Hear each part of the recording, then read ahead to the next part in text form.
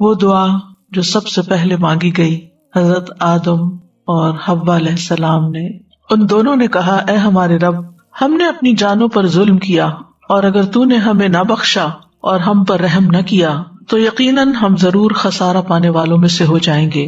یہ دعا ہمارے والدین آدم اور حوا علیہم السلام نے مانگی جب انہوں نے بھول کر جنت کے اس درخت میں سے کھا لیا جس سے اللہ تعالیٰ نے ان کو منع کیا تھا. تو آدم اور حوا علیہم السلام دونوں نے کہا اے ہمارے رب، ہم نے آپ کی نافرمانی کر کے اس درخت کا پھل کھا کر دراصل اپنی جان پہ ظلم کیا ہے، اور اگر تو نے ہمیں معاف نہ کیا، ہم پہ رحم نہ کیا تو ہم ان لوگوں میں سے ہو جائیں گے جنہوں نے دنیا اور آخرت دونوں میں اپنا حصہ کھو دیا. لَنَكُونَنَّ مِنَ الْخَاسِرِينَ. یہ وہی کلمات ہیں جو آدم علیہ السلام نے اپنے رب سے سیکھے، اور پھر ان کے ساتھ ان دونوں نے دعا کی تو اللہ سبحانہ وتعالیٰ نے دعا قبول کر لی. فَتَلَقَّى آدَمُ مِن رَّبِّهِ كَلِمَاتٍ فَتَابَ عَلَيْهِ إِنَّهُ هُوَ التَّوَّابُ الرَّحِيمُ. تو اس میں ایک بہت بڑی ہوپ ہے، ایک امید ہے کہ اگر ان کلمات کے ساتھ آدم اور حوا علیہ السلام کی دعا قبول ہوئی، ان کو اللہ تعالیٰ نے معاف کر دیا، تو انشاءاللہ اللہ سبحانہ وتعالیٰ ہمارے گناہوں کو بھی معاف کر دے گا اور ہمیں بھی بخش دے گا. تو قالا، دونوں نے کہا ربنا، اے ہمارے رب، ظلمنا انفسنا، ہم نے اپنی جانوں پر ظلم کیا. جب انسان اللہ تعالیٰ کی نافرمانی کرتا ہے، اللہ تعالیٰ کے حکم کی مخالفت کرتا ہے، تو اللہ سبحانہ تعالیٰ کو کوئی نقصان نہیں پہنچتا، اس کا کچھ نہیں جاتا. اس کی بادشاہت، اس کی ملکیت، اس کی قدرت سب اپنی جگہ رہتی ہے، اس کو کسی قسم کا کوئی نقصان نہیں پہنچتا. نقصان پہنچتا ہے تو خود انسان کو پہنچتا ہے، گناہ کرنے والے کو پہنچتا ہے. لہذا جب انسان اللہ سبحانہ تعالیٰ کی کوئی بات نہیں مانتا یا اللہ کے حکم کی نافرمانی کر کے مخالفت کرتا ہے تو دراصل اپنی جان پر ظلم کرتا ہے. ظلم کا مطلب ہوتا ہے کسی چیز کو اس کے خاص مقام پر جو اس کے لیے وہاں نہ رکھنا، خواہ کمی یا زیادتی کر کے یا اس کے صحیح وقت یا اصلی جگہ سے اس کو ہٹا دینا، یہ ظلم ہوتا ہے. تو ایک ظلم انسان اللہ تعالیٰ کے ساتھ کرتا ہے جس کو شرک کہا جاتا ہے، کہ عبودیت یا عبادت کا حق صرف اللہ کا ہے. جب وہ اللہ سے لے کر کسی اور کو دے دیتا ہے، کسی اور کی عبادت میں لگ جاتا ہے، کسی اور کی پوجا پاٹ میں لگ جاتا ہے، تو اللہ کا حق مارتا ہے، یہ بھی ظلم ہے. دوسری قسم کا ظلم وہ ہے جو انسان دوسرے انسان پہ کرتا ہے جب اس کو اس کا حق نہیں دیتا. پھر اسی طرح تیسری قسم کا ظلم وہ ہے جو انسان خود اپنی ہی جان پہ کرتا ہے، جیسے قرآن مجید میں آتا ہے فَمِنْهُمْ ظَالِمٌ لِنَفْسِهِ. تو ان میں سے کچھ وہ ہیں جو اپنے آپ پر ظلم کرتے ہیں. تو انسان جب بھی گناہ کرتا ہے، چاہے وہ اللہ کے حقوق میں سے کسی حق کو نہ دینا ہو، اور سب سے بڑا حق تو اس کو اپنا معبود ماننا ہے، صرف اسی کی عبادت کرنا، یا بندوں کا حق جب نہیں دیتا، یا پھر اپنی خواہشات کے پیچھے چلتا ہے اور کوئی غلط کام کر بیٹھتا ہے، تو یہ ساری ہی ظلم کی قسمیں ہیں. اور اس میں انسان پر لازم ہو جاتا ہے کہ انسان غلطی کے بارے میں سوچے، اس کا اعتراف کرے، اس کو مان لے، اور پھر اللہ تعالیٰ سے بخشش کی دعا کرے. اسی طرح ہم دیکھتے ہیں کہ اللہ تعالیٰ نے کچھ حدود قائم کی ہیں. تلک حدود اللہ قرآن میں آتا ہے، یہ اللہ کی حد ہے. فلا تعتدوا، ان کو کراس نہیں کرو، ان سے آگے نہیں بڑھو. تو کسی بھی حد سے تجاوز کرنا یہ بھی ظلم کہلاتا ہے. اسی طرح کبیرہ گناہ ہو یا صغیرہ، سب ظلم میں شامل ہوتے ہیں. اور جب انسان ظلم کر بیٹھتا ہے، یعنی دوسرے لفظوں میں گناہ کر بیٹھتا ہے، تو پھر اس کے نقصانات کا سلسلہ شروع ہو جاتا ہے. قرآن مجید میں اللہ تعالیٰ فرماتا ہے واللہ لا یہدی القوم الظالمین، اللہ ظالم لوگوں کو ہدایت نہیں دیتا، یعنی وہ اللہ کی ہدایت سے محروم ہو جاتے ہیں، وہ اللہ کی محبت سے محروم ہو جاتے ہیں. واللہ لا یحب الظالمین، وہ کامیابی سے محروم ہو جاتے ہیں. انہ لا یفلح الظالمون، یقیناً ظالم فلاح نہیں پا سکتے. ظالموں سے اللہ کا کوئی وعدہ نہیں کہ وہ انہیں بخشے گا یا نہیں. لا ینال عہد الظالمین. تو ظلم جو ہے، یا دوسرے لفظوں میں گناہ جو ہے، یہ دراصل انسان کو خود ہی نقصان دیتا ہے. اس لیے جتنا جلد ہو انسان اپنے آپ کو اللہ سے توبہ کر کے اصلاح کی طرف لے جائے.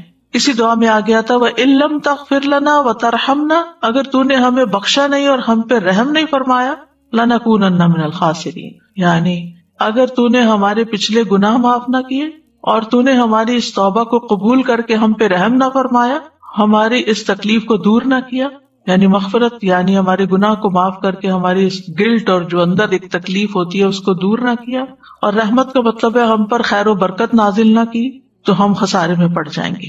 یہاں آپ دیکھیں مغفرت پہلے اور رحمت بعد میں۔ رحمت اس پہ آتی ہے جس کی بخشش ہو جائے، تو خاسرین وہ ہوتے ہیں جو دنیا میں بھی طرح طرح کے نقصان اٹھاتے ہیں اور آخرت میں بھی۔ لیکن اللہ تعالیٰ نے جب آدم علیہ السلام کی توبہ قبول کر لی تو اللہ تعالیٰ نے ان کو پھر چن لیا، ثم اجتباہ ربہ فتاب علیہ وہدی، پھر اس کے رب نے اسے چن لیا، اس پر مہربان ہوا اور اس کی رہنمائی کی۔ تو اس سے یہ پتہ چلتا ہے کہ گناہ اندھیرے ہیں، ظلم اندھیرا ہے، اور اس اندھیرے میں انسان کو پھر سیدھی راہ نہیں ملتی، انسان کو یہ پتہ نہیں چلتا کہ اس کو کس طرف جانا چاہیے، کیونکہ وہ گناہ کی آندھیوں میں گم ہو جاتا ہے۔ تو اس لیے پھر انسان ایسے کام نہیں کر پاتا کہ جو اس کی کامیابی کا ذریعہ بنے۔ تو اس آیت سے یہ پتہ چلتا ہے کہ گناہ کا اعتراف اور استغفار کرنا توبہ کی شرائط میں شامل ہے، یعنی پہلے آپ اقرار کریں کہ ہاں آپ نے غلطی کی ہے۔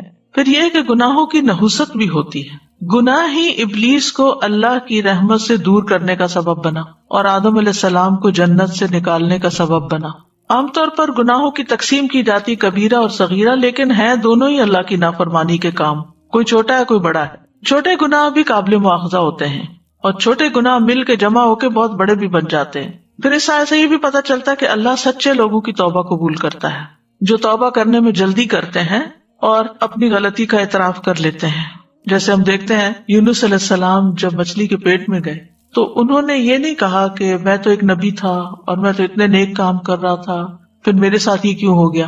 عام طور پر اگر ہم میں سے کسی پر کوئی مشکل آئے تو ہم اپنی صرف نیکیاں یاد کرتے ہیں کہ میں تو اتنی نمازیں بھی پڑھتا تھا، نفل بھی پڑھتا تھا، صدقہ خیرات بھی کرتا تھا، یہ بھی، پھر میرے ساتھ ایسا کیوں ہوا، اور ہم اپنی غلطیاں بھول جاتے ہیں۔ جبکہ اللہ کے نبی یونس علیہ السلام کا اسوہ حسنہ ہمیں کیا بتاتا ہے کہ وہاں پہنچ کر انہوں نے اپنی سابقہ نیکیوں کو یاد نہیں کیا بلکہ اپنی غلطی کا اعتراف کیا کہ غلطی تو میری اپنی ہے، جس کی وجہ سے میں یہاں پہنچا ہوں، جس کی وجہ سے میرے ساتھ یہ ہوا ہے۔ اور یہ بھی اللہ تعالیٰ کی بہت بڑی رحمت ہوتی ہے کہ کسی انسان کو یہ توفیق مل جائے مصیبت آنے کے بعد کہ وہ اپنی غلطیوں، اپنے گناہوں کو یاد کر لے اور پھر ان پر توبہ کرے اور ان پہ معافی مانگے۔ اور بعض اوقات تو امتحان بھی اللہ کی محبت کا نتیجہ ہوتا ہے، یعنی اللہ سبحانہ وتعالیٰ بندے کو طرح طرح سے ہدایت دیتا ہے کہ وہ سیدھے راستے پہ آئے، لیکن وہ آگے دیتا نہیں، پھر اللہ تعالیٰ اس کو کسی نہ کسی طرح آزماتا ہے کہ شاید اب یہ پلٹ ہے، شاید اب یہ میری طرف رجوع کر لے۔ ایک مشکل میں نہیں کرتا، دوسری ڈال دیتا ہے، دوسری سے نکلتے تیسری میں ڈال دیتا ہے تاکہ یہ اللہ کی طرف پلٹے۔ تو کچھ لوگ تو سنبھل جاتے ہیں، پلٹ آتے ہیں، اور کچھ لوگ اور زیادہ بگڑ جاتے ہیں، ہم نے کیا ہی کیا ہے، دوسروں کو بلیم کرتے رہتے ہیں کہ ان کی وجہ سے یہ ہوا میرے ساتھ۔ میں تو لوگوں کو سمجھا رہا تھا، قوم ہی نہیں مان رہی تھی، اس لیے میں نکل آیا۔ وہ جسٹیفائی کرتے تو کر لیتے، لیکن اس کا فائدہ کیا ہوتا؟ وہ تو اللہ تعالیٰ کو قبول نہیں تھی، کیونکہ اللہ کا حکم نہیں آیا تھا کہ آپ اس بستی کو چھوڑیں۔ لہذا انہوں نے کیا کیا؟ لا الہ الا انت سبحانک، اللہ تو پاک ہے، تیری کوئی غلطی نہیں، تو ہر عیب سے پاک ہے، غلطی تو میری تھی، انی کنت من الظالمین، میں نے غلط کیا تھا تو مجھے معاف کر دے۔ تو اللہ سبحانہ وتعالیٰ نے ان کی دعا قبول کر لی۔ اس آیت سے بھی یہ بات پتہ چلتی ہے کہ آدم اور حوا نے بھی اعتراف کیا، اور اس آیت سے بھی یہ بات پتہ چلتی ہے، اور اسی طرح اور پیغمبروں کی دعاؤں میں بھی آتا ہے۔ تو اللہ کے نیک بندے وہ ہوتے ہیں جو اپنی نیکیوں سے زیادہ اپنے گناہوں کی طرف نظر رکھتے ہیں، اور نیکیوں کا پرچار کرنے کی بجائے اور ان کے اوپر تکبر کرنے کی بجائے وہ اپنے گناہوں کے بارے میں سوچ کے پشیمان ہوتے ہیں اور اللہ سبحانہ وتعالیٰ کی طرف رجوع کرتے ہیں۔ اور توبہ اور استغفار کرنا بذات خود ایک بہت بڑی نیکی ہے، اور کسی کو اس کی توفیق ہو جانا اللہ تعالیٰ کی بہت بڑی رحمت ہے کہ کوئی ریئلائز کر لے اور اس کو توفیق مل جائے اور پھر وہ اللہ کا بن جائے۔ آپ دیکھیں کہ ابلیس نے اللہ کی نافرمانی جان بوجھ کے کی، لیکن جب اس سے باز پرس ہوئی کہ تم نے ایسا کیوں کیا تو اس نے اعتراف کی بجائے تکبر کیا اور اکڑ بیٹھا۔ آدم علیہ السلام سے بھول ہوئی تھی، جان کے نہیں انہوں نے کیا، بھول گئے تھے، لیکن جب انہیں پتا چلا کہ اللہ تعالیٰ ناراض ہے تو انہوں نے اپنی غلطی کا اعتراف کر لیا۔ ابلیس نے اپنی غلطی اور اپنی گمراہی اور نافرمانی کی ذمہ داری اللہ پہ ڈال دی۔ آدم علیہ السلام نے وہ ذمہ داری قبول کر لی کہ I was wrong۔ نتیجہ کیا نکلا؟ ابلیس ہمیشہ کے لیے ملعون قرار پایا، جبکہ آدم علیہ السلام چن لیے گئے، بارگاہ الہی میں مقرب ہو گئے، نبوت عطا ہوئی۔ تو ابلیس کو اس کی خود پسندی نے تباہ کیا، اور آدم علیہ السلام کو ان کے اعتراف گناہ نے کامیاب کر دیا، کیونکہ اس نے کہا تھا نا انا خیر منہ، اور انہوں نے کہا تھا کہ ربنا ظلمنا انفسنا. تو ہم میں سے ہر وہ شخص جو توبہ کر کے اپنے گناہوں کا اعتراف کرتا ہے وہ دراصل آدم علیہ السلام کی مشابہت اختیار کرتا ہے، اور جو اپنے گناہ پہ اڑا رہتا ہے اور تقدیر کا بہانہ بنا لیتا ہے تو وہ ابلیس کی مشابہت اختیار کرتا ہے. تو آدم علیہ السلام کو ان کی کسی فضیلت نے فائدہ نہیں دیا تھا کہ اللہ نے ان کو اپنے ہاتھ سے بنایا. ہم تو کہتے ہیں ہم تو سید ہیں اور ہم تو بڑے چنے ہوئے لوگ ہیں، تو بڑے نیک لوگ ہیں، ہمارا تو گھرانہ بڑا اونچا ہے، ہم تو کئی قسم کی اپنی خوبیاں یاد کر لیتے ہیں اور اس پہ اڑے رہتے ہیں کہ ہم سے کہاں غلطی ہو سکتی ہے، ہم تو اتنے پڑھے لکھے ہیں، ہم تو اتنا نیکیاں کا کام کرتے ہیں. لیکن آدم علیہ السلام نے ایسی کسی چیز کو اپنے لیے عذر نہیں بنایا کہ اللہ نے مجھے تو اپنے ہاتھ سے پیدا کیا تھا اور فرشتوں سے سجدہ کروایا تھا اور پھر جنت میں بسایا تھا. حالانکہ کتنی نعمتیں ان کو ملی تھی اور از یونیک، وہ خوبیاں کسی اور کو نہیں ملی. لیکن اس کے باوجود جب بھول ہوئی تو فوراً مان گئے. ان کے پاس علم بھی تھا، علم آدم الاسماء کلھا، یعنی یو نیم اٹ. کسی کا گھر جنت کے اندر ہو، دنیاوی اعتبار سے موسٹ سکسیسفل پیپل ہیں کہ جن کو بہت بڑے بڑے ایکڑز میں گھر مل جاتے ہیں اور بڑے بڑے مینشنز میں وہ رہتے ہیں، اور لوگ ان پہ رش کرتے ہیں کہ کتنے خوش قسمت ہیں یہ. اگر کوئی ڈگری ہو اور ایک نہیں کئی ڈگریاں ہو تو پھر تو بات ہی کیا ہے. یعنی مال بھی ہو، اوپر سے علم بھی ہو، اور پھر اوپر سے کسی بڑی شخصیت کے ساتھ رابطہ بھی ہو. وہاں تو اللہ سبحانہ وتعالیٰ نے ان کو بنایا تھا. اور پھر یہ کہ سب لوگ ان کے مطیع بھی ہوں، انسان کیا فرشتے بھی آگے جھکے ہوئے ہوں. یعنی کتنی ساری چیزیں تھی تکبر کرنے کی. اگر وہ کرنا چاہتے تو ان ساری چیزوں کو کریڈٹ دے کے اپنے آپ کو بہت بڑی چیز سمجھتے اور اللہ کے آگے جھکنے کو اپنی انا کے خلاف سمجھتے. لیکن انہوں نے اس میں سے کسی چیز کو بھی نہیں سمجھا کہ اس کی وجہ سے میری کوئی بڑائی ہے، بلکہ کیا کہا، ربنا ظلمنا انفسنا وَإِن لَّمْ تَغْفِرْ لَنَا وَتَرْحَمْنَا لَنَكُونَنَّ مِنَ الْخَاسِرِينَ. اللہ اگر تو راضی نہیں نا تو یہ جنت اور یہ فرشتوں کا سجدہ اور یہ علم اور یہ سب کچھ میرے کام نہیں آنے والا، یہ فائدہ نہیں دے گا. یہی حال بندہ مومن کا دنیا میں ہوتا ہے. نہ وہ اپنے مال پہ فخر کرتا ہے، نہ وہ اپنی ڈگریوں پہ اور اپنے علم پہ فخر کرتا ہے، اور نہ ہی وہ اپنے کسی عہدے اور منصب پہ کہ میں اتنے لوگوں کو کنٹرول کرتا ہوں، اتنے لوگ میرے انڈر کام کرتے ہیں. یہ بھی لوگوں کے لیے ایک بڑی فخر کی بات ہوتی ہے نا. لوگ بعض اوقات اپنا تعارف کراتے ہیں نا کہ میری یہ کمپنی ہے اور اتنے لوگ میرے پاس کام کرتے ہیں، تو ایک فخر کی بات ہو جاتی ہے. تو وہ تو فرشتے ان کے آگے جھکے تھے، وہ کہہ سکتے تھے میں تو وہ ہوں جس کے آگے فرشتے جھک چکے، لیکن نہیں. یہی انسان کی انسانیت ہے، یہی اصل میں اللہ کے ساتھ فرما برداری اور اللہ تعالیٰ کے ساتھ ایک تعلق ہے کہ انسان سب کچھ ہوتے ہوئے بھی اللہ کے آگے جھکنے والا ہو اور اپنی غلطیوں کو دیکھنے والا ہو، اپنی غلطیوں کا اعتراف کرنے والا ہو کہ میں کچھ نہیں. اور یہ بھی آپ دیکھیے کہ دنیا میں ہمیں کتنی بھی عزت اور کتنا بھی شرف مل چکا ہو، لیکن اگر اللہ راضی نہیں اور اللہ کی نافرمانیاں کر کے گئے تو کوئی ٹھکانا نہیں، کسی نے کام نہیں آنا، کوئی فائدہ نہیں دے گا. پھر لا ملجا ولا منجا منک الا الیک، تو تجھ سے بھاگ کے تو نہ کوئی ٹھکانا ہے نہ کوئی پناہ گاہ مگر تیری طرف، پناہ تیرے ہی پاس ہے. تو انہوں نے رب کی تعظیم بجا لاتے ہوئے ادب کے ساتھ معاملہ کیا، اور یہی ہم سب پر لازم ہے کہ رب کی تعظیم کریں. اور یہ جو ہم اس عشرے میں ہر وقت اللہ اکبر اللہ اکبر اللہ اکبر پکار رہے ہیں، اس کا مقصد یہی. مجھے تو اس دفعہ اس کا مطلب بھی کچھ اور طرح سمجھ آیا کہ اللہ سبحانہ وتعالیٰ ان 10 دنوں میں ہمیں پوری طرح ٹریننگ دے رہے ہیں. یعنی میں غور کر رہی تھی کہ کیوں آخر سب سے افضل کام ان دنوں میں تکبیر پڑھنا ہے. صدقہ خیرات کو، روزے کو، نماز کو، باقی چیزوں کو، یعنی وہ بھی اپنی جگہ نیکیاں ہیں، افضل ہیں، لیکن سب سے افضل کام تکبیرات پڑھنا ہے. تو جب ہم شعور کے ساتھ اللہ کو بڑا مان لیتے ہیں تو پھر آپ دیکھیے 10 دن ہم پکارتے رہے اللہ سب سے بڑا، اللہ سب سے بڑا، اللہ سب سے بڑا. تو پھر کیسے ہو سکتا ہے ہم اللہ کا حکم نہ مانیں؟ پھر کیسے ہو سکتا ہے ہم اللہ تعالیٰ کا ادب نہ کریں؟ پھر کیسے ہو سکتا ہے ہم اللہ کے آگے نہ جھکیں؟ پھر کیسے ہو سکتا ہے کہ خالصتاً اللہ ہی کی رضا کے لیے کوئی کام نہ کریں؟ کیونکہ ہمیں بڑوں کے سامنے بڑا بننے کی اور ان کی نظروں میں بڑا بننے کی خواہش ہوتی ہے نا، کہ کوئی بڑا ہمیں ایکنالج کرے. آپ دیکھیں چھوٹے چھوٹے بچے بھی ہوتے ہیں نا، تو جب کوئی ان سے بات کرتے پہلے اپنے ماں باپ کو دیکھتے ہیں نا کہ وہ راضی ہیں کہ میں اس سے بات کروں یا میں یہ کام کر لوں. تو اسی طرح جو انسانوں کا غلام ہوتا ہے وہ صرف انسانوں کی طرف دیکھتا ہے. میرے ماں باپ خوش ہیں میں یہ کام کر لوں، کوئی نہیں دیکھتا اللہ خوش ہے یا نہیں. عام طور پہ لوگ صرف اپنے سے اوپر جو بڑا ہے اس کو دیکھ لیں گے. استاد خوش ہے، پیر خوش ہے، بزرگ میرا خوش ہے، فلاں خوش ہے، اگر وہ خوش ہے تو بس ٹھیک ہے، یہی میری جنت ہے. اور بعض اوقات لوگ اپنے ماں باپ کو خوش کرنے کے لیے اپنی بیوی پہ ظلم ڈال رہے ہوتے ہیں. وہ کہتے ہیں یہی ہماری جنت ہے ماں باپ، یہ اگر ہم سے خوش ہے ہماری مرضی جس کے چاہے حقوق مار لیں.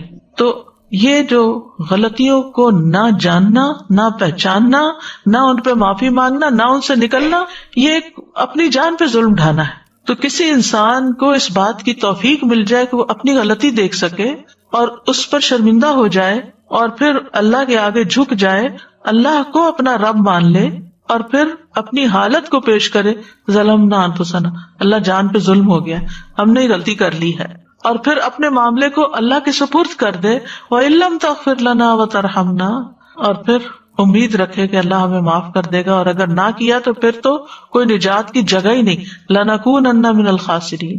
تو اس لیے یہ دعا بہت کچھ سکھاتی ہے ہمیں. یعنی آدم اور حوا نے جو پہلی دعا کی ہے، انسانیت نے جو پہلی دعا کی، وہ اپنی غلطیوں کے اعتراف کی، کیونکہ جب بخشش ہو جاتی ہے نا تو باقی دعائیں قبول ہو جاتی. کیونکہ اگر ہمارے اوپر گناہوں کے ڈھیر ہیں اور ہم کہتے ہیں یا اللہ میں رزق دے، روزی دے، اولاد دے، فلاں دے، فلاں دے، تو ابھی تو آپ کا دروازہ ہی نہیں کھلا، تو آپ باقی چیزیں کہاں سے لیں گے؟ تو سب سے پہلے تو استغفار کر کے، اپنی غلطیاں مان کے، توبہ کر کے اپنے بوجھ ہٹائیں اور اپنی راہیں آسان کریں، اور پھر اللہ کا قرب ملے گا اور پھر رحمت اور بخشش آئے گی. قال رب انی ظلمت نفسی فاغفر لی فغفر له انہ هو الغفور الرحیم. اے میرے رب، بلا شبہ میں نے اپنے آپ پر ظلم کیا، لہٰذا مجھے معاف فرما دے. یہ دعا موسیٰ علیہ السلام نے اس وقت مانگی جب ان سے بغیر ارادے کے ایک انسان قتل ہو گیا تھا، بغیر ارادے کے. آدم علیہ السلام نے بھی گناہ کا ارادہ نہیں کیا تھا، اور یہاں موسیٰ علیہ السلام نے بھی جان بوجھ کے غلطی نہیں کی تھی، لیکن بہرحال قتل تو قتل تھا نا، قتل ہو گیا، ایک جان چلی گئی، تو انہوں نے اپنی غلطی کا اعتراف کر لیا، پھر اللہ سے اپنے گناہ کی معافی مانگ لی. قال رب انی ظلمت نفسی فاغفر لی فغفر له انہ هو الغفور الرحیم. اے میرے رب، بلا شبہ میں نے اپنے آپ پر ظلم کیا ہے، لہٰذا مجھے معاف کر دے. چنانچہ اللہ نے اسے معاف کر دیا، بلا شبہ وہ بڑا بخشنے والا، رحم کرنے والا ہے. فغفر له انہ هو الغفور الرحیم. اس سے یہ پتہ چلتا ہے کہ انسان ہے، چاہے نبی بن جائے، کوئی ولی ہو، بزرگ ہو، کوئی دین میں، نیکیوں میں، عبادت میں بہت آگے نکلا ہوا انسان ہو. کیونکہ ہم کیا سوچتے ہیں، اس انسان سے نہیں غلطی ہو سکتی، یہ تو بہت نیک ہے، یہ تو دوسروں کو سکھاتا ہے، اور یہ تو اتنا عالم ہے، اور یہ تو فلاں ہے، یہ بھلا کیسے غلطی کر سکتا؟ نہیں، انسان کو انسان ہی سمجھے، اور کسی سے بھی غلطی ہو سکتی. ضروری نہیں کہ وہ ارادتاً کرے، وہ اچانک بھی ہو سکتی ہے. لیکن غلطی کے بعد پھر وہ کرتا کیا ہے، اس کا رسپانس کیا ہے، یہ دیکھنے کی چیز. تو گناہ کے بعد ندامت اور شرمندگی اور اعتراف، یہ اللہ تعالیٰ کو محبوب ہے. اور یہ کیفیات اسی شخص میں آتی ہیں جو گناہ کے انجام سے ڈرتا ہے، کہ اگر میں نے توبہ نہ کی اور میں اس سے نہ نکلا تو پھر نتیجہ کیا نکلے گا، مجھے اس کے لیے تیار ہونا چاہیے. تو عقل مند انسان وہ ہوتا ہے جو کسی بھی گناہ کے نتیجے کو دیکھتا ہے، وہ گناہ کو نہیں دیکھتا بڑا کہ چھوٹا. کیونکہ کچھ لوگ تو اسی چکر میں رہتے ہیں، یہ کبیرہ گناہ ہے یا صغیرہ گناہ ہے. تو بات کبیرہ صغیرہ کی نہیں ہے، بات ہے رول توڑنے کی. تو غلطی کے بعد، گناہ کے بعد ندامت کا اظہار کرنا چاہیے، اور اپنے گناہ کو بڑا خیال کر کے انجام سے ڈرنا چاہیے، اور اپنے ظلم کے ذکر کو وسیلہ بنانا چاہیے کہ رب میں نے واقعی ظلم کیا ہے اپنے آپ پر، تو آپ اس کو معاف کر دیں.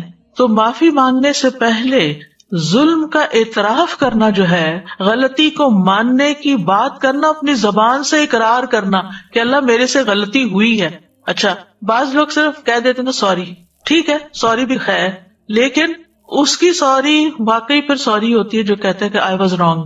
لیکن یہ جملہ بولنا بہت مشکل کام. خالی سوری لفظ کہہ دینا پھر آسان ہوتا ہے، لیکن یہ اعتراف کرنا کہ آئی واز رانگ، یہ بہت بڑے دل کی بات ہوتی ہے. اور یہاں بخشش ہوئی بھی اس وجہ سے کہ زبان سے بولا گیا کہ ظلمت نفسی انی کنت من الظالمین ربنا ظلمنا انفسنا. اور پھر یہ کہ گناہ ہونے کے فوراً بعد توبہ کرنا، اس کو ڈیلے نہیں کرنا، پرولونگ نہیں کرنا. کیوں؟ اس لیے کہ گناہوں کے اپنے نقصان ہوتے ہیں. بہت سی چیزیں ایسی ہوتی ہیں نا کہ اگر آپ ان کا بروقت علاج نہ کریں، مثلا کچھ بیماریاں ایسی ہوتی ہیں آپ ان کا بروقت علاج نہ کریں تو بڑھ جاتی، مثلا کینسر. اگر آپ علاج نہیں کریں تو وہ گریڈ 1 سے 2 میں، 2 سے 3، 3 سے 4 میں جائے گا اور ہلاکت کا سبب بنے گا. تو اس کو جتنا جلدی پکڑ لیا جائے اور جتنا جلدی اس کا علاج ہو جائے اتنا ہی اچھا ہے. اسی طرح کچھ اور بیماریاں بھی ہو سکتی ہیں، یعنی جسمانی بیماریاں، اسی طرح اخلاقی بیماریاں. اگر انسان ان سے توبہ نہیں کرتا تو وہ بڑی ہوتی جاتی. اسی طرح دو لوگوں کے بیچ میں کوئی مس انڈرسٹینڈنگ ہو گئی یا میاں بیوی میں جھگڑا ہو گیا ہے، اگر جلدی صلح کر لیں گے اور ایک دوسرے کو منا لیں گے تو دل صاف ہو جائیں گے، بوجھ ہلکے ہو جائیں گے، گاڑی پھر چل پڑے گی. اور اگر نہیں، دونوں اگر اکڑ گئے، ضد میں آ گئے، مجھے تو معاف نہیں کرنا یا میری یہ شان کے خلاف، پھر تو وہ ٹوٹ ہی جاتا ہے نا رشتہ، پھر باقی تھوڑی رہتا ہے. نبھا وہی سکتے ہیں جو اپنی غلطیوں کا اعتراف کرتے، کیونکہ دونوں کے اندر غلطیاں ہو سکتی ہیں نا، ہم میں سے کوئی بھی فرشتہ نہیں ہوتا. لیکن اگر ایک بھی صرف سوری کرتا رہے اور دوسرا سوری نہ کرے یا دوسرا کبھی بھی اپنی غلطی نہ مانے، پھر بھی مشکل ہو جاتی. آپ دیکھیں نا کہ جب ہمارے اندر فلیکسیبلٹی ہوتی ہے، جب ہمارے اندر نرمی ہوتی ہے تو نرم چیز آپس میں جڑ جاتی ہے، پھر اگر الگ بھی ہو جائے نا جڑ جاتی، نرمی جوڑ دیتی ہے. اسی لیے وہ حدیث میں آتا نا کہ مفہوم بتا رہی ہوں حدیث، یعنی ایک گھرانے کے لیے سب سے یعنی جو فائدہ مند چیز ہے وہ نرمی. تو اسی طرح نہ صرف یہ کہ ازدواجی زندگی میں کہیں آپ کولیگز ہیں، یعنی کسی جگہ پہ جاب کریں، کام کریں، آپ دیکھیں بہت سے لوگوں کو اچھے سے اچھی جاب ملتی ہے، کچھ ایسے وارننگ لیٹر مل کے فارغ کر دیا جاتا ہے کیونکہ ان کی اکڑی کہیں نہیں ختم ہوتی اور ضد میں آئے رہتے ہیں اور اپنی غلطی نہیں مانتے، سوری نہیں کرتے، نتیجہ ہر جگہ سے دھتکارے جاتے ہیں، لیکن پھر بھی نہیں سبق سیکھتے، پھر بھی نہیں ریئلائز کرتے کہ ہماری غلطی ہے. آپ دیکھیے کبھی انسان سوچے کہ دوسرے کو معاف کر دینا اور درگزر کرنا کتنی بڑی خوبی ہے. اللہ سبحانہ تعالیٰ کی صفت ہے العفو، اور اللہ تعالیٰ معاف کرنے کو پسند کرتا ہے. اور اللہ سے بڑا کون ہے؟ اللہ سے بڑا تو کوئی نہیں نا. جب اللہ سبحانہ تعالیٰ معاف کر دیتا ہے تو ہمیں بھی معافی مانگتے ہوئے کیا کرنا چاہیے؟ اللہم انک عفو تحب العفو فاعف عنی. لیکن اللہ سے معافی مانگتے ہوئے پہلے ہمیں دوسروں کو معاف کرنا چاہیے. تو گناہوں کے اپنے نقصان ہوتے ہیں، ان میں سے سب سے بڑا نقصان کیا ہے کہ دل مردہ ہو جاتا ہے، دل مردہ ہو جاتا ہے. حدیث میں آتا ہے بے شک جب کسی مومن سے کوئی گناہ سرزد ہوتا ہے تو اس کے دل پہ ایک سیاہ دھبا پڑ جاتا ہے. اگر وہ توبہ کرے اور گناہ سے باز آ جائے اور استغفار کر لے تو اس کا دل چمکا دیا جاتا ہے. ورنہ جتنے گناہ بڑھتے جاتے ہیں اتنے ہی سیاہ دھبے بڑھتے جاتے ہیں، حتیٰ کہ اس کے دل پہ وہ زنگ چھا جاتا ہے جس کا ذکر اللہ تعالیٰ قرآن مجید میں یوں کرتے ہیں کلا بل ران علی قلوبہم ما کانوا یکسبون، کہ ان کے دلوں پر اپنی کمائیوں کی وجہ سے زنگ لگ گیا ہے. پھر اسی طرح دل اندھا ہو جاتا ہے. اسی آیت کے بارے میں ایک قول یہ ہے کہ حسن بصری کہتے ہیں کہ گناہ پہ گناہ کرنا حتیٰ کہ وہ دل کو اندھا کر دے، انسان کو پھر کچھ سمجھ نہیں آتا، نظر نہیں آتا. گناہوں کی وجہ سے انسان علم سے محروم ہو جاتا ہے. ابن القیم کہتے ہیں کہ علم روشنی اور نور ہے جو اللہ دل میں ڈالتا ہے، لیکن گناہوں سے یہ روشنی بجھ جاتی ہے، انسان سے اچھے برے کی تمیز ختم ہو جاتی ہے. امام شافعی جب امام مالک کے سامنے حصول علم کے لیے بیٹھے اور ان کے سامنے پڑھنے لگے، یہ آپ کو معلوم ہوگا کہ امام مالک کی تدریس کا طریقہ بہت انوکھا تھا، ویری یونیک. وہ خود نہیں سکھاتے تھے کسی کو، خود نہیں پڑھتے تھے، وہ طالب علم سے حدیث پڑھواتے تھے، اور اس کو عرض کہتے ہیں حدیث کی اصطلاح میں. اسی لیے ان سے جب حدیث روایت ہوتی تو اخبرنا کا لفظ آتا ہے. حدثنا ہوتا ہے جب کوئی حدیث ہمیں بیان کرتا ہے، جیسے میں آپ کو حدیث پڑھ کے سنا رہی تو آپ کہہ سکتے ہیں کہ ہمیں انہوں نے یہ حدیث بیان کی. لیکن اگر میں بیان نہ کروں اور آپ مجھے حدیث سنائے اور میں کہوں آپ نے ٹھیک پڑھی ہے تو اس کو روایت کرتے ہوئے کہیں گے اخبرنا، ہمیں خبر دی. تو امام شافعی نے جب امام مالک کے سامنے احادیث پڑھی تو امام مالک کو ان کی ذہانت، فطانت، فہم و فراست بہت پسند آئی. کہنے لگے مجھے نظر آ رہا ہے کہ اللہ نے تمہارے دل پر نور ڈال دیا ہے، لہٰذا اس نور کو اپنے گناہوں سے مت بجھانا، یعنی کوئی ایسا کام نہ کرنا کہ تم سے یہ نعمت چھن جائے. پھر اسی طرح جب انسان گناہ کرتا ہے تو بندے اور رب کا تعلق کمزور ہو جاتا ہے، دل میں ایک وحشت پیدا ہو جاتی ہے، اور یہ ایسی وحشت ہوتی ہے کہ انسان کو دنیا بھر کی نعمتیں بھی مل جائیں تو دل کی وحشت نہیں جاتی، دل کے اندر سکون نہیں آتا. لیکن اس وحشت کو صرف وہی سمجھتا ہے جس کا دل بیدار ہوتا ہے، جس کا دل جاگ رہا ہوتا ہے. زندہ انسان کو ذرا سی بھی چوٹ لگے، کانٹا بھی چبھ جائے تو اس کو پتا چل جاتا ہے کہ یہ تو کچھ ہو گیا میرے ساتھ. تو وحشت کے گڑھے سے نکلنے کے لیے گناہوں کو چھوڑنا بہت ضروری ہے. پھر اسی طرح نیک لوگوں اور خیر کی مجالس سے دوری آنے لگتی ہے. جب انسان گناہوں کے کام کرنے لگتا ہے تو نیکی کی مجلسیں اچھی نہیں لگتی، پھر وہاں دل نہیں لگتا اس کا اور ان سے دور ہوتا چلا جاتا ہے، اور خیر اور بھلائی اور نیکی سے فائدہ نہیں اٹھا سکتا، اور رحمانی گروہ سے دور ہو جاتا ہے، شیطانی گروہ کے قریب ہو جاتا ہے. پھر اسی طرح گناہوں کی وجہ سے انسان کے معاملات بگڑ جاتے ہیں، کوئی چیز ٹھیک نہیں رہتی. ابن القیم کہتے ہیں گناہوں کا ایک اثر یہ بھی ہے کہ گناہگار کے معاملات میں طرح طرح کی مشکلات اور دشواریاں پیدا ہو جاتی ہیں. جس کا وہ عزم اور ارادہ کرتا ہے اسے اس کا دروازہ بند نظر آتا ہے اور وہ اسے سخت دشوار پاتا ہے. یعنی جس کام میں بھی ہاتھ ڈالتا ہے رکاوٹیں ہوتی ہیں. اور آپ نے کئی بار لوگوں کو شکایت کرتے ہوئے سنا ہوگا کہ میں جس بھی کام میں ہاتھ ڈالتا ہوں آگے کوئی نہ کوئی رکاوٹ آ جاتی ہے. اچھا وہاں بھی آپ دیکھیں کہ عمومی طور پر لوگ اپنی غلطی کو نہیں سوچتے کہ ہم نے تو نہیں کسی کے کام میں رکاوٹ ڈالی, ہم نے تو نہیں کسی کی لگ پلنگ کی ہوئی, ہم نے تو نہیں کسی اور کا گھر توڑا ہوا. اپنی کوئی غلطی یاد نہیں کریں گے. کیا کہیں گے؟ یہ فلاں نے نظر لگا دی, فلاں نے جادو کر دیا, یہ فلاں کے حسد کی وجہ سے یہ ہو گیا. پھر سارا بلیم دوسروں پر, اپنی غلطی کو نہیں دیکھنا. کتنے لوگ ہیں جو لا الہ الا انت سبحانک انی کنت من الظالمین کہہ کے اپنے ظلم کو اپنے اندر محسوس کریں کہ میں نے یہ بھی غلطی کی ہوئی ہے, میں یہ بھی کی, یہ بھی پتہ نہیں کون سی غلطی آگے آئی ہوئی ہے. لوگ دوسروں کے لیے پڑھتے ہیں 1000 تم پڑھ دو, 1000 فلاں پڑھ دے, وہ فلاں پڑھ دے. تو یہی میں ہمیشہ کہتی ہوں کہ آپ کسی کے بہاف پہ کہہ رہے ہیں, مسئلہ اس کا ہے اور آپ کہہ رہے ہیں میں ظالم ہوں. ٹھیک ہے, ہم میں سے ہر شخص ظالم ہے کسی نہ کسی درجے میں, لیکن کسی کے بہاف پہ کیسے پڑھ سکتے ہیں؟ تو جب سوچے سمجھے بغیر انسان پڑھتا ہے تو پھر اس کا کیا فائدہ ہو سکتا ہے؟ ریسنٹلی میری ایک فرینڈ ہے بچپن کی, وہ ان کے ساتھ میرا کافی باتیں شروع ہوئی. تو وہ وڈو ہوئی, انہوں نے اپنی بیٹی کی شادی کی. بہت میں نے سمجھایا کہ آپ اپنی لمٹس میں ہی کریں, لیکن پھر بھی انہوں نے اتنا قرضہ اٹھا لیا اس شو شاہ میں اور سب دکھاوے میں اور سب کچھ. اور جیسے ہی شادی ختم ہوئی ساتھ ہی بیٹے سے نا کوئی ایکسیڈنٹ ہو گیا اتنا خوفناک کہ بندہ مر گیا. اب وہ بار بار اب جو نیک بندہ ملتا ہے اس کو کہتی میرے بیٹے کے لیے دعا کریں, وہ لوگ معاف کر دیں, وہ معاف کر دیں. اور پھر پتہ نہیں میرے سے بات کرتے کرتے اس کو ایک دم احساس ہوا کہ میں نے بہت دکھاوا کر دیا, تو یہ تو نہیں ہوا کہ بھئی یہ مجھے اس کی سزا ملی. میں نے کہا اللہ نے آپ کو خود ہی سجا دیا, اب آپ استغفار کریں. تو یہ ہوتا ہے کہ ہمیں خود کو احساس نہیں ہوتا, جب آپ کسی سے بات کرتے ہیں تو کئی دفعہ آپ کی وہ بات اللہ تعالیٰ سجا بھی دیتا ہے. وہ لیئرز آ جاتی ہیں نا اوپر, وہ ہٹتی ہیں تو پھر انسان کو آئینہ نظر آتا ہے. پھر یہ کہ ابن القیم کہتے ہیں کہ عمر, رزق اور عبادت کی برکت چھن جاتی ہے. کہ گناہوں کی ایک سزا یہ بھی ہے کہ عمر, رزق, علم, عمل, اطاعت, عبادت کی برکتیں چھن جاتی ہیں. دین و دنیا کی خیر و برکت گناہگار سے سلب کر لی جاتی ہے. نافرمان بندے کو آپ سب سے زیادہ خیر و برکت سے خالی پائیں گے. نہ اس کی عمر میں برکت ہوگی, نہ اس کے دین و دنیا کے کسی کام میں, کسی کام کا نہیں. کیونکہ اللہ تعالیٰ کا وعدہ ہے وَلَوْ أَنَّ أَهْلَ الْقُرَىٰ آمَنُوا وَاتَّقَوْا لَفَتَحْنَا عَلَيْهِمْ بَرَكَاتٍ مِّنَ السَّمَاءِ وَالْأَرْضِ وَلَٰكِنْ كَذَّبُوا فَأَخَذْنَاهُمْ بِمَا كَانُوا يَكْسِبُونَ.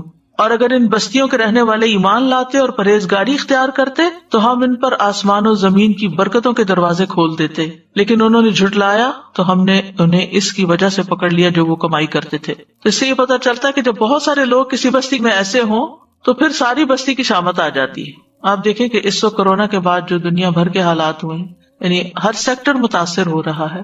سب ان مشکلات کی, اکنامک کرائسس کی, پتہ نہیں کون کون سی فلسفیاں بیان کر کے کہاں کی ریزنز بتا رہے ہیں, لیکن کوئی یہ نہیں کہتا کہ ہماری بھی کوئی غلطیاں ہیں, یا ہم نے جو اسراف اتنا شروع کر دیا ہے, جو ریسورسز کو اتنا ضائع کرنا شروع کر دیا ہے, اور جو غلط جگہ پر سپینڈنگ شروع کر دی ہے جہاں نہیں کرنی چاہیے, اور اس کے علاوہ بھی اللہ کی نافرمانیوں کے بے شمار کام شروع کر دیں. ان میں سے کسی چیز کی اصلاح تو کریں. کہیں تو ہم اپنی غلطیوں کو دیکھیں کہ ہم نے کہاں غلطی کی ہے کہ جس کی وجہ سے یہ ساری صورت ہے. زمین بھی وہی, آسمان بھی وہی, پھر کیوں قلت ہو رہی ہے؟ کہیں تو غلطی ہے نا. اس طرف کوئی جاتا ہی نہیں, سوچتا ہی نہیں, ایک دوسرے کو بلیم کرتے رہتے ہیں.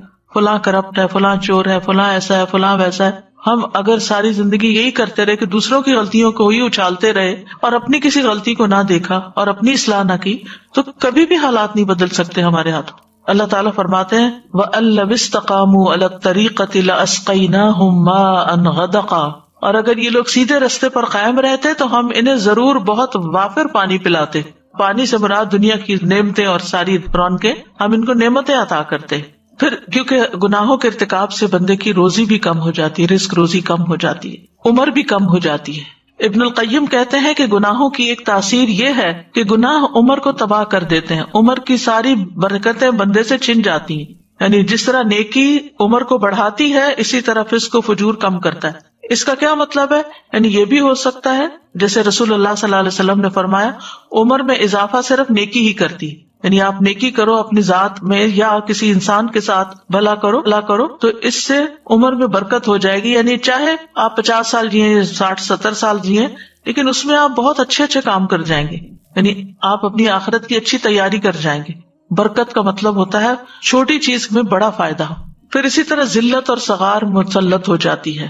سلمان تمیمی کہتے ہیں کہ ایک آدمی تنہائی میں اللہ کی نافرمانی کرتا ہے, اکیلے کو گناہ کرتا ہے, جب وہ صبح کرتا ہے تو اس پر نافرمانی کی ذلت چھائی ہوئی ہوتی ہے. حسن بصری کہا کرتے تھے اگرچہ گھوڑے ان کو شاہانہ چال سے لے جا رہے ہوں اور خچر ان کو بگا رہے ہوں, نافرمانی کی ذلت ان کی گردنوں سے چپکی رہتی ہے. اللہ نے اس بات کے علاوہ کا انکار کر دیا کہ وہ ان کو ذلیل کرے جو اس کی نافرمانی کرتے ہیں. یعنی چاہے دنیاوی شان و شوکت ان کے پاس بہت ہوتی, اندر کا سکون نہیں ہوتا. جو اللہ کی اطاعت کرتا ہے اللہ اس کا ولی بن جاتا ہے. اللہ ولی الذین آمنوا یخرجہم من الظلمات الی النور.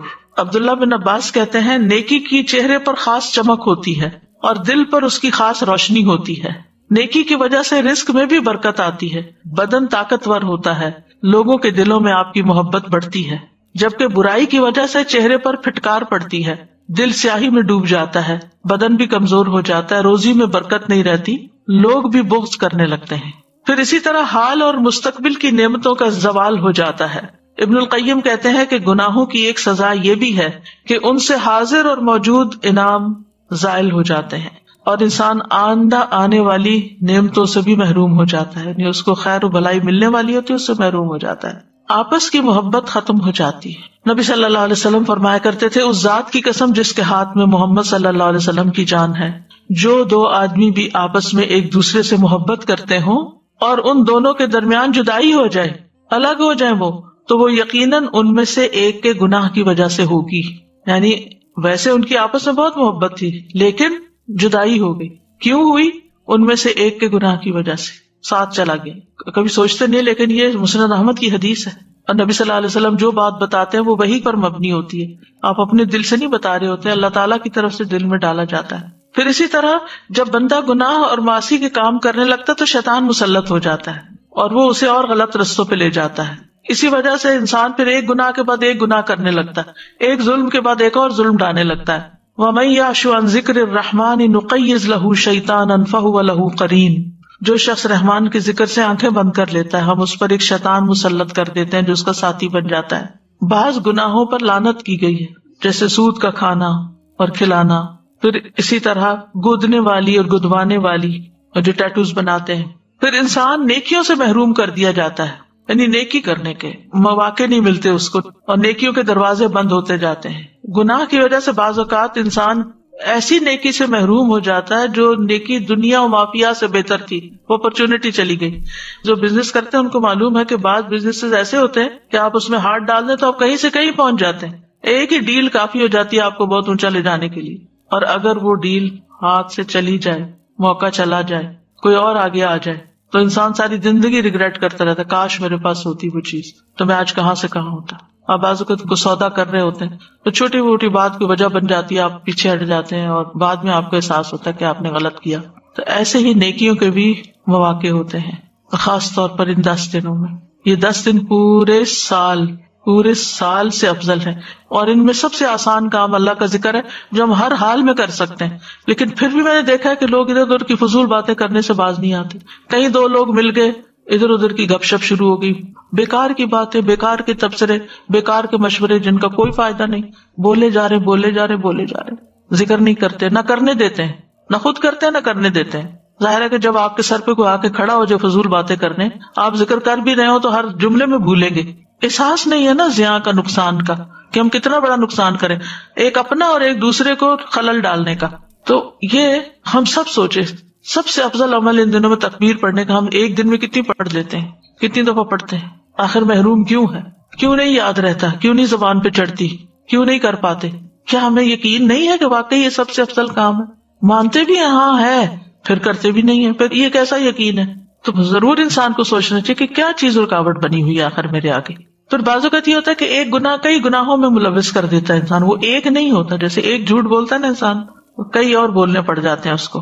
پھر توبہ کا ارادہ کمزور ہوتا ہے ایسے بندے کا, یعنی گناہوں کی کثرت کی وجہ سے. وہ کہتا ہے توبہ کس لیے کرنی ہے, میں تو اتنا گناہگار ہوں اور میرا نہیں خیال میں ان سے نکل سکتا ہوں, اور یہ چھوڑنا سب کچھ مشکل ہے, لہذا توبہ بھی نہیں کرتا. اور جب توبہ نہیں کرتا تو گناہوں کے ساتھ جینا سیکھ جاتا ہے, گناہ کی نفرت بھی دل سے چلی جاتی ہے, وہ اس کی عادت سی بن جاتی ہے. اگر دل پہ بوجھ ہے تو بوجھ لیے پھر رہا ہے, اور پھر گناہوں کو حقیر سمجھنے لگتا ہے انسان. عبداللہ بن مسعود کہتے ہیں کہ مومن اپنے گناہوں کو ایسے محسوس کرتا ہے جیسے وہ کسی پہاڑ کے نیچے بیٹھا ہو اور ڈرتا ہے کہ اس کے اوپر نہ گر جائے, اور بدکار اپنے گناہوں کو مکھی کی طرح ہلکا سمجھتا ہے کہ اس کے ناک کے پاس سے گزری اور اس نے اپنے ہاتھ سے یوں بے پرواہی سے اسے بگا دیا. پھر اسی طرح گناہوں کی وجہ سے بلائیں اترتی ہیں, مصیبتیں آتی ہیں. وَمَا أَصَابَكُم مِّن مُّصِيبَةٍ فَبِمَا كَسَبَتْ أَيْدِيكُمْ وَيَعْفُو عَن كَثِيرٍ. اور تمہیں جو بھی مصیبت پہنچی تو وہ اس کی وجہ سے جو تمہارے ہاتھوں نے کمایا, اور وہ بہت سی چیزوں سے درگزر کر جاتا ہے. حضرت عمر نے جب حضرت عباس سے بارش کی دعا کرنے کے لیے کہا تو انہوں نے کہا, اے اللہ, بے شک مصیبتیں گناہوں کی وجہ سے نازل ہوتی ہیں اور انہیں صرف توبہ ہی ہٹا سکتی ہے. بعض گناہوں کی سزا دنیا میں ہی مل جاتی ہے انسان کو. نبی صلی اللہ علیہ وسلم نے فرمایا, کوئی گناہ اس لائق نہیں کہ اس کے کرنے والے کو دنیا میں جلدی سزا دے دی جائے اور اس کے ساتھ ساتھ آخرت میں بھی اس کی سزا جمع رکھے اللہ تعالیٰ, جیسا کہ ظلم و زیادتی اور قطع رحمی ہے. یعنی کسی پہ ظلم کرنا اور خون کے رشتوں کو کاٹنا, یہ ایسے گناہ ہیں کہ جن کی وجہ سے انسان پہ دنیا میں بھی مشکل آتی ہے, پھر جسمانی بیماریاں لگ جاتی ہیں.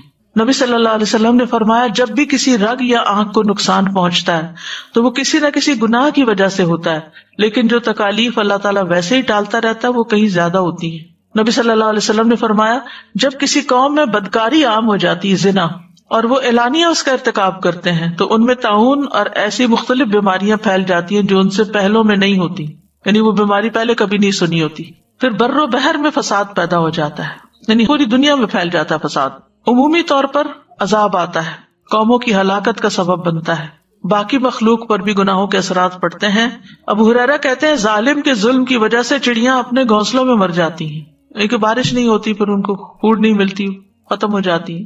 مجاہد کہتے ہیں, قحط سالی میں جانور اور چوپائے ظالم انسانوں پہ لعنت بھیجتے ہیں جن کی وجہ سے برسات رک گئی. یعنی جب قحط پڑتا اور جانور مر جاتے ہیں, آپ نے کئی دفعہ دیکھا ہوگا ڈراؤٹ کی وجہ سے کس طرح جانور مرے پڑے ہوتے ہیں, وہ انسانوں پہ لعنت بھیج رہے ہوتے ہیں. کوسٹل ایریا نا سارا, through out coastal area, 4 cities میں پوری کوسٹ میں مری ہوئے برڈ فلو ہے, اور وہاں پہ ان آئیلینڈز پہ ٹورزم اتنا زیادہ تھا کہ کوئی حد نہ ہو. اب دے کانٹ گو دیر, پورا وہ بےچارے لاشیں اٹھا رہے ہیں ان کے برڈز کی. اللہ تعالیٰ رحم فرمائے. چڑیاں اپنے گھونسلوں میں مر جاتی ہیں. اکرمہ کہتے ہیں, زمین کے جانور, کیڑے مکوڑے, چھپکلیاں اور بچھو تک چلا اٹھتے ہیں کہ بنی آدم کے گناہوں کی وجہ سے ہم پر برسات رک گئی ہے. تو صرف گناہگار کو اس کے گناہوں کی سزا نہیں ملتی, بلکہ بے گناہوں پر بھی وہ منتقل ہو جاتی ہے. اسی لیے امر بالمعروف و نہی عن المنکر کرنا چاہیے کہ دوسروں کو روکنا چاہیے جو غلط کام کر رہا ہو. اور ایسے لوگ جب مرتے ہیں تو سب آرام پا جاتے ہیں. رسول اللہ صلی اللہ علیہ وسلم نے فرمایا, یعنی فاجر بندہ جو ہوتا ہے اس کے مرنے پر بندے, شہر, درخت, چوپائے سب آرام پاتے ہیں. اور اگر انسان توبہ کیے بغیر مرتا ہے تو قیامت کے دن انسان پر گناہوں کا بوجھ ہوگا. اور قیامت کے دن جب سورج صرف 1 میل کی مسافت کے برابر قریب آ جائے گا اور اس کی گرمی میں اتنا اضافہ ہو جائے گا کہ دماغ ہانڈیوں کی طرح ابلنے لگیں گے, تو لوگ اپنے اپنے گناہوں کے اعتبار سے پسینے میں ڈوبے ہوئے ہوں گے. یعنی جتنے جس کے گناہ ہوں گے اتنا اس کا پسینہ ہوگا, کسی کا ٹخنوں تک, کسی کا پنڈلی تک, کسی کا جسم کے درمیان تک, کسی کے منہ میں پسینے کی لگام ہوگی. پھر اسی طرح بعض گناہ نیکیوں کو ضائع کر دیتے ہیں, جیسے حقوق العباد میں اگر کسی پہ ظلم ڈھایا تھا. اب سوال یہ پیدا ہوتا ہے کہ کرنا کیا چاہیے. گناہوں پر توبہ کرنی چاہیے, انشاءاللہ کل کا لیکچر اس سے متعلق ہوگا, اور اس کے ساتھ ساتھ استغفار کرنی چاہیے, اللہ سے بخشش مانگنی چاہیے کہ یا اللہ تو ہمیں بخش دے. استغفار کرنے سے بخشش مل جاتی ہے, اللہ تعالیٰ راضی ہو جاتے ہیں. ابو ہریرہ کہتے ہیں, رسول اللہ صلی اللہ علیہ وسلم نے فرمایا, ہمارا رب تبارک و تعالیٰ ہر رات کو اس وقت آسمان دنیا پہ آتا ہے جب رات کا آخری تہائی حصہ رہ جاتا ہے. وہ کہتا ہے, کوئی ہے جو مجھ سے دعا کرے تو میں اس کی دعا قبول کروں, کوئی ہے جو مجھ سے مانگے تو میں اسے دوں, کوئی ہے جو مجھ سے بخشش طلب کرے یعنی استغفار کرے تو میں اس کو بخش دوں. سورۃ النساء میں آتا ہے, وَمَن يَعْمَلْ سُوءًا أَوْ يَظْلِمْ نَفْسَهُ ثُمَّ يَسْتَغْفِرِ اللَّهَ يَجِدِ اللَّهَ غَفُورًا رَحِيمًا. اور جو شخص کوئی برا کام کر بیٹھے یا خود پہ ظلم کر لے پھر اللہ سے بخشش طلب کرے تو وہ اللہ کو بہت بخشنے والا, خوب رحم کرنے والا پائے گا, یعنی اللہ سبحانہ تعالیٰ اس کو معاف فرما دے گا. لہٰذا ہمیں استغفار کرتے رہنا چاہیے, کیونکہ اللہ کے سوا ہے کون جو بخش دے. فاستغفروا لذنوبہم ومن یغفر الذنوب الا اللہ. اللہ کے سوا کوئی گناہوں کو نہیں معاف کر سکتا، اور توبہ سے گناہ مٹ جاتے ہیں، جیسے التائب من الذنب کمن لا ذنب لہ، گویا اس نے کوئی گناہ کیا ہی نہیں۔ رسول اللہ صلی اللہ علیہ وسلم نے فرمایا بائیں طرف والا فرشتہ 6 گھڑیاں مسلمان گناہ گار بندے سے اپنا قلم اٹھائے رکھتا ہے، اگر وہ شرمندہ ہو اور توبہ کر لے تو قلم رکھ دیتا ہے، لکھتا ہی نہیں، ورنہ ایک گناہ لکھ دیتا ہے۔ 6 گھڑیاں، یہ نہیں پتا چلتا کہ گھنٹے ہیں یا منٹ ہیں یا جتنے، لیکن چلے منٹ بھی ہو تو یا گھنٹے ہو تو، یا منٹ ہوں گے یا گھنٹے ہوں گے۔ اور پیچھے جو میں نے ذکر کیا تھا کہ گناہوں سے دلوں پہ زنگ لگ جاتا ہے، تو اس کا علاج بھی استغفار ہے۔ استغفار سے دل چمک کر صاف